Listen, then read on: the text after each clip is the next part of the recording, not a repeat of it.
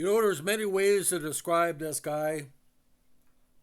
Outlandish, egotistical, self-centered, a poet, the quintessential stud muffin, Jewish, and overall probably the strangest wrestling comedian of all time, especially his years at ECW, when he would show up and do his limericks in the ring in relation to women in various positions, emotionally, physically, and spiritually.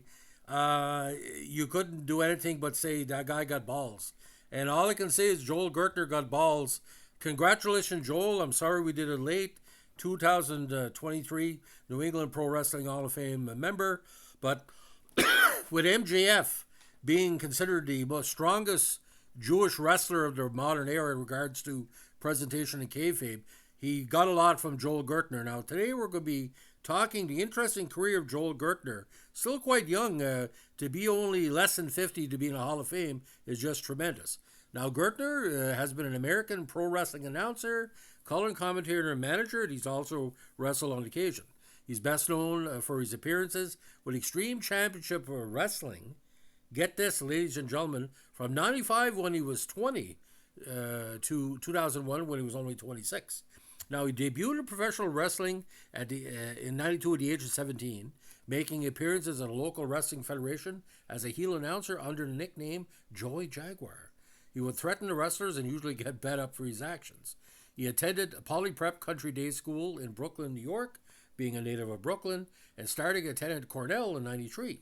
After his pro wrestling booking started to interfere with his schoolwork, he dropped out of Cornell in the spring of 96 at the young age of 21. He was 1 year short of a bachelor's degree, and he also worked for the Cornell radio station. Now, at no point when he was at Cornell he would ever turn into this guy. Imagine Andrew Dice Clay, Bobby the Brain Heenan, Jerry the King Lawler, and whoever's announcing on your local independent wrestling channel show or whatever. Weird amalgam. He began working at the Philadelphia, Pennsylvania-based ECW as a ring announcer in the summer of 95, sometimes tag teaming with Joey Styles on the mic. Soon after, Shane Douglas, of all people, influenced Gertner to become a heel, and Gertner started taunting and making fun of the babyface wrestlers during the introductions, and as a result, the face wrestlers usually made Gertner pay for his insults. He was then given the position of a color commentator by Taz and Bill Alfonso to counterbalance the influence of announcer Joey Styles, who they regarded as being biased against them.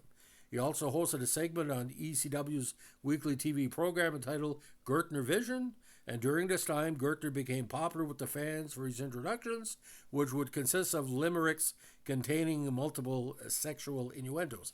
Can't repeat what he said here because we're on a family channel, but all he can say sometimes would refer to turning on a woman by using a remote. And I would start, Joel, he do his joke, and then Gertner. And the crowd would, of course, go crazy. Sometimes he'd be dressed with, like what they call a neck collar, which I don't think was a whiplash collar, but it was, anyway, it had to be seen to believe. And he was sort of the only person I can compare him to, the way Jack Laird, of all people, I know it's a weird reference, the showrunner for Night Gallery would wear his clothes off the set when he's writing. That's the only comparison. Because a lot of people told me that he dressed like Jack Laird from Night Gallery in real life. So take it as you will. Now, Gertner later became the manager and ring announcer for, of all people, the Dudley Boys, even go as far as being called Studley Dudley. At Burial Eagle, the Dudleys faced the Eliminators for the ECW World Tag Team title, and during the match, Gertner was hit by the Eliminators' finishing move, the total elimination. As a result, he began wearing his now infamous neck brace, and of course continues to do so. But again, it looks more like decorative than support, as we say.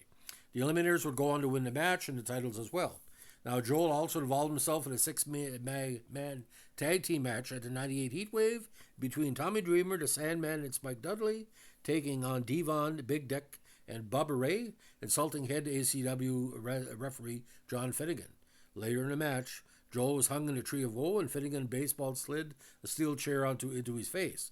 Despite the injury, Joel led the Dudley Boys to a record 8 ECW tag team title reigns until he left for the WWF. Now, upon the Dudley's departure, Gertner then became a broadcaster on ECW on TNN alongside Styles. Upon doing so, Gertner turned face and began feuding with the network's representative Cyrus and got unlikely support from broadcast partner and former nemesis Joey Styles. Of course, Cyrus is the anti-Jericho in AEW now. Now, the feud came to a head at Anarchy Rules, in which Gertner faced Cyrus in a one-on-one match. Gertner won the match and ended the feud after assistance from the Sandman. Now, Gertner remained with ECW until his closure on April 4, 2001. He also showed up on ECW's last pay-per-view, Guilty as Charged, where he began to cut the promo before being attacked by Cyrus and the Baldys. He returned later during the main event, attacking Cyrus and helping Rob Van Dam before Van Terminator on Jerry Lynn. Now, independent circuit. He joined TNA on June 26, 2002 to introduce a new tag team called the Rainbow Express, Bruce and Lenny Lane. However, he left TNA shortly after this and did not make any appearance for the company until 2010. He was also featured in a WWE first ever ECW One Night Stand reunion pay-per-view, during which, in the course of 2 separate interviews with SmackDown and Raw, he was pie-faced by John Bradshaw Layfield and begged on his hands and knees to then Raw General Manager Eric Bischoff for a job.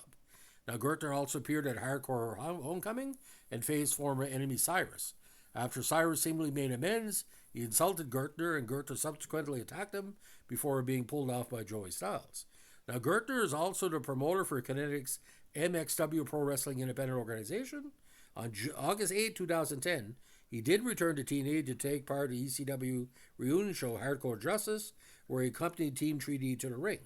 In 2012, Gertner began announcing for Shane Douglas' Extreme Rising promotion. Gertner also made a special appearance at a Keiju Big Battle event. Gertner, on April 27, 2014, at the former ECW Arena in South Philadelphia, was the MC for Mass Mania, and he spoke perfect Spanish throughout the event. Quite a surprise, by the way. In summer 2016, Gertner began commentating for Wildcat Sports and Entertainment in New Orleans. He also makes regular appearances at their events as a ring announcer. And again, he made the New England Pro Wrestling Hall of Fame class of 2023. So, also known as Julio Cesar Valentino Alfonso, and of course Studley Dudley. He has an impressive height of 5'7" and an unimpressive weight of 228 soaking wet. And again, started at age 17. One of the youngest, again, Pro Wrestling Hall of Fame members of the modern era. Now, Joel Gertner on Friday nights in New Brunswick, when he was on ECW back in the day. All I can say, ladies and gentlemen, politically incorrect does not cover his whole thing. It was slashingly funny. Imagine Benny Hill gone porn, and some of the poetry you can go see on YouTube now. But Gertner was playing himself, but he enjoyed it so much. I don't think you would even pay him enough money to see the enjoyment. He really enjoyed being part of it. And what was weird about this, Joey Styles is a very strong Christian. So Joey Styles once was asked, what do you think about Joel Gertner? He said, it's all part of the show. Like, he wasn't really hurting anybody, but he wasn't demeaning women, but some men used to talk like that. A lot of wrestling fans are misogynists. That's a surprise, by the way. There are still misogynists out there that are proud of it, by the way. And I don't really respect misogynists, but I defend the right to anybody to say what they want to say. I'll give an example. I like women with big tits. Does it make me less of a heterosexual? No. Do I go to every woman who has nice big tits when I see them, tell them you have nice big tits? No. If I get to know them and become a little bit closer, I can say, don't take it the wrong way, but you got nice tits. God made nice tits. What are we supposed to do tonight? Joel Gertner believed in the power of his love for women, with Joey Styles, a Christian at his side. So anyway, it is what it is. So Joel Gertner, you have my vote as one of the most interesting commentators in our modern wrestling era.